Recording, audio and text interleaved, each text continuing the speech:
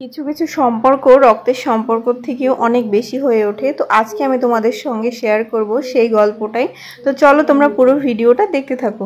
Hello everyone, কেমন আছো তোমরা সবাই? আশা করছি সবাই খুব ভালো আছো। তো আমিও খুব ভালো আছি। তো দেখো এখন রান্নাবান্না করছি, কারণ বাড়িতে এসছে অতিথি। তো কোনো রক্তের সম্পর্ক নেই এদের সঙ্গে, কিন্তু রক্তের সম্পর্ক থেকেও বেশি বেশি হয়ে গেছে তেমনটাই মনে হয়। তো কিছু কিছু সম্পর্ক কিন্তু এরকমই হয়, রক্তর কোনো সম্পর্ক নেই কিন্তু তার থেকেও বেশি আপন হয়ে যায়।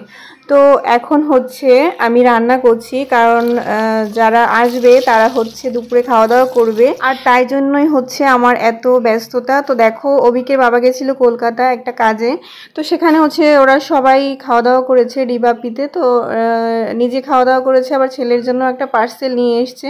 তো আনার পর তো আমি একটু বকাবকি করলাম, কারণ বাড়িতে এত কিছু রান্না হচ্ছে, আবার এই খাবারটা কে খাবে। তো যাই হোক, বকাবকি করে তো কোনো লাভ নেই, এখন তো বললে কিছু হবে না। তো আমি এই যে খাবারটা হচ্ছে প্লেটে ঢেলে এটা হচ্ছে ঠান্ডা করে ফ্রিজে রেখে দেবো, অন্য কোনো সময় খেয়ে নেওয়া যাবে। তো চলো এখন কি কি রান্না করছি সেটা তোমাদেরকে বলি। তো আজকে রান্না করছি হচ্ছে তোমার পমফ্লেট মাছ বা রূপচাঁদা মাছ, যে যেটাই বলো না কেন। তো দেখো আমার মাছটা রান্না হয়ে গেছে, আর হচ্ছে রান্না করব খাসির মাংস, আর হচ্ছে তোমার দেশি মুরগি। তো তারপর তো ডাল, তারপর ভাজি টাজি অনেক কিছুই থাকবে। তো আমি এতটাই ব্যস্ত ছিলাম যে কোনো কিছুই তেমন একটাভাবে ভিডিও করতে পারিনি। তো একলা মানুষ বুঝতেই পারছো, নিজের হাতে সব কিছু। তো এই মাঝে মাঝে একটু একটু ক্লিপ নিয়েছিলাম, সেটাই তোমাদের সঙ্গে শেয়ার করছি। তো খুবই তাড়াহুড়োর মধ্যে ছিলাম, আর এত প্রচণ্ড গরম পড়েছিল যে খুবই খারাপ লাগছিল শরীর। তো যাই হোক, দেখো এখন হচ্ছে যে মাংসটা রান্না করছি। প্রথমে খাসির মাংসটা রান্না করব, তারপর হচ্ছে দেশি মুরগিটা করব। তো আমার ওদিকে ভাত, পটল ভাজা, ডাল, তারপর তোমার হচ্ছে মাছ হয়ে গেছে। তো এখন হচ্ছে এই মাংসটা আর হচ্ছে দেশি মুরগির মাংসটা রান্না করলে হয়ে যায়। তো দেখো এই যে মাংসটা কষিয়ে হচ্ছে, তারপর পেঁয়াজ বেরেস্তা করে রেখেছিলাম সেগুলো দিয়ে দিচ্ছি। আর রান্না করতে করতে আমি ভুলেই গেছিলাম যে আমি মানে আমার শরীরটা খারাপ, কারণ হচ্ছে এদেরকে এতটাই ভালোবাসি আর এরাও আমাদেরকে এতটাই ভালোবাসে যে মানে কষ্টে নিজের শরীরের কথা বা কষ্টের কথা ভুলেই গেছি যে আমার কষ্ট হচ্ছে। তো এরকমই হয়তো হয় সব কিছু, কিছু কিছু সম্পর্ক এমনটাই হয়তো হয়।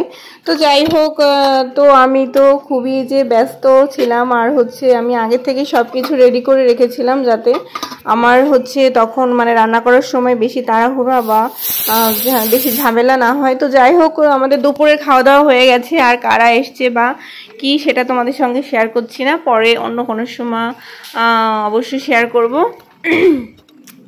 তো যাই হোক, এটা হচ্ছে দেখো বিকালবেলা। তো বিকালবেলা ভাবলাম একটু আলাদা রকম কিছু করি। তো এখানে হচ্ছে চিকেন পকোড়া করছিলাম, আর করেছিলাম হচ্ছে মালপোয়া। তো মালপোয়াগুলো খুবই ভালো হয়েছিল। তো আমার অনেক দিন ধরে খেতে ইচ্ছে করছিল, তো ভাবলাম অতিথিরা এসছে এদেরকেও করে খাওয়াই, আর হচ্ছে নিজের চাহিদাটাও মেটাই। তো দেখো এদিকে হচ্ছে চিকেন পকোড়া করছে, আর আমার ছেলে তো নাচানাচি শুরু করে দিয়েছে, কারণ ওর চিকেন পকোড়া খুবই পছন্দের খাবার। তো দেখো গ্যাসে হচ্ছে নাগাল পায় না, দেখতে পায় না, তাই জন্য আবার মোড়ার উপর দাঁড়িয়ে দেখছে মানে কতক্ষণে হবে আর কতক্ষণে খাবে। কেমন হয়েছে? ভালো। এই যে সস, মায়ের ছোঁয়া আছে। এই যে সস আর পকোড়া হয়ে গেল খাওয়া। কে খেলো? তো এই তো আমিও খেলাম আর সবাইকে হচ্ছে দিলাম। তারপর হচ্ছে ওর বাবা আবার নিয়ে এসছে দই বড়া। তো দই বড়া হচ্ছে দেখো দেখতে অনেকটাই ভালো, কিন্তু এটা তো আমি একদমই খাবো না, কারণ এর মধ্যে অনেক রকম সসের ব্যবহার করা আছে, খেলে আমার তো অবস্থা খুবই খারাপ হয়ে যাবে। তো এই তো সবাই মিলে একটু একটু করে খেলাম। তো চলো আজকের ভিডিওটা এতটুকুই, হচ্ছে তোমার দুপুর থেকে সন্ধ্যা অবধি শেয়ার করলাম। আর তারপরে তো আরও অনেক কাজ ছিল, পরের দিন একদমই ভিডিও করতে পারিনি। তো চলো টাটা।